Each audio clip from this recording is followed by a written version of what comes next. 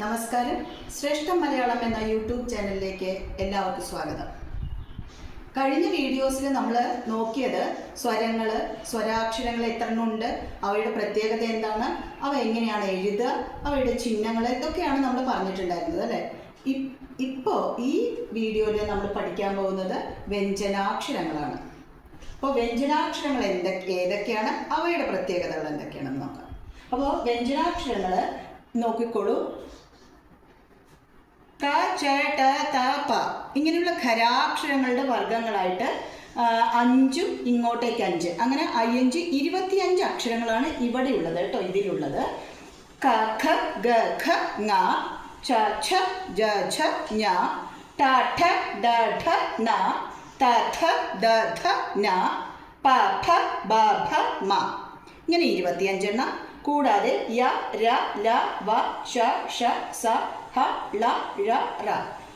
അങ്ങനെ ഇതെല്ലാം കൂടെ ചേർത്ത് 36 വ്യഞ്ജനങ്ങൾ. ഇങ്ങനെ 36 വ്യഞ്ജനങ്ങളാണ് ഭാഷയിലുള്ളത് എന്ന് നമ്മൾ നേരത്തെ പറഞ്ഞിട്ടുണ്ട് അല്ലേ. ആ അക്ഷരങ്ങളാണ് ഇതെല്ലാം.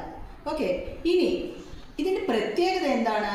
നമ്മൾ സ്വരങ്ങൾ പഠിക്കുമ്പോൾ പറഞ്ഞിട്ടുള്ള ഒരു കാര്യം, സ്വരാക്ഷരങ്ങൾക്ക് തനിയെ നിൽക്കാൻ സാധിക്കും, അവർ സെൽഫ് സഫിഷ്യൻ്റ് ആണെന്ന് പറഞ്ഞിട്ടുണ്ടായിരുന്നു. പക്ഷേ ഈ വ്യഞ്ജനാക്ഷരങ്ങൾ അങ്ങനെയല്ല, അവർക്ക് എവിടെ പോകാനും ഒരു കൂട്ട് വേണം.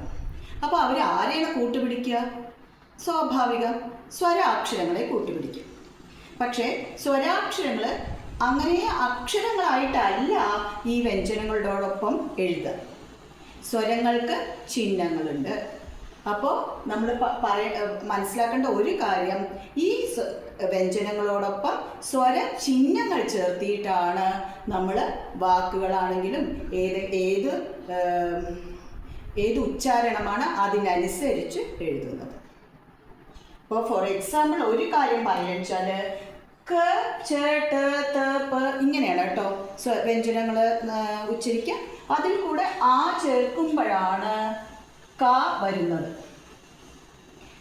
അപ്പോൾ അതുകൊണ്ട് പക്ഷെ നമ്മൾ എഴുതുമ്പോൾ ക, ച, ട, ത, പ തന്നെ എഴുതണത്, ക, ച, ട, ത, പ അങ്ങനെയല്ല. അതുകൊണ്ടാണ് ഈ ആ എന്നുള്ള സ്വരം ആദ്യം തന്നെ ചേർത്തിയത് അതുകൊണ്ടാണ് നമ്മൾ അതിനെ അക്ഷരമാല എന്ന് പറയുന്നത്, വർണ്ണമാലയല്ല മലയാളം എന്ന് പറയുന്നത്. അതിനുള്ള കാരണം.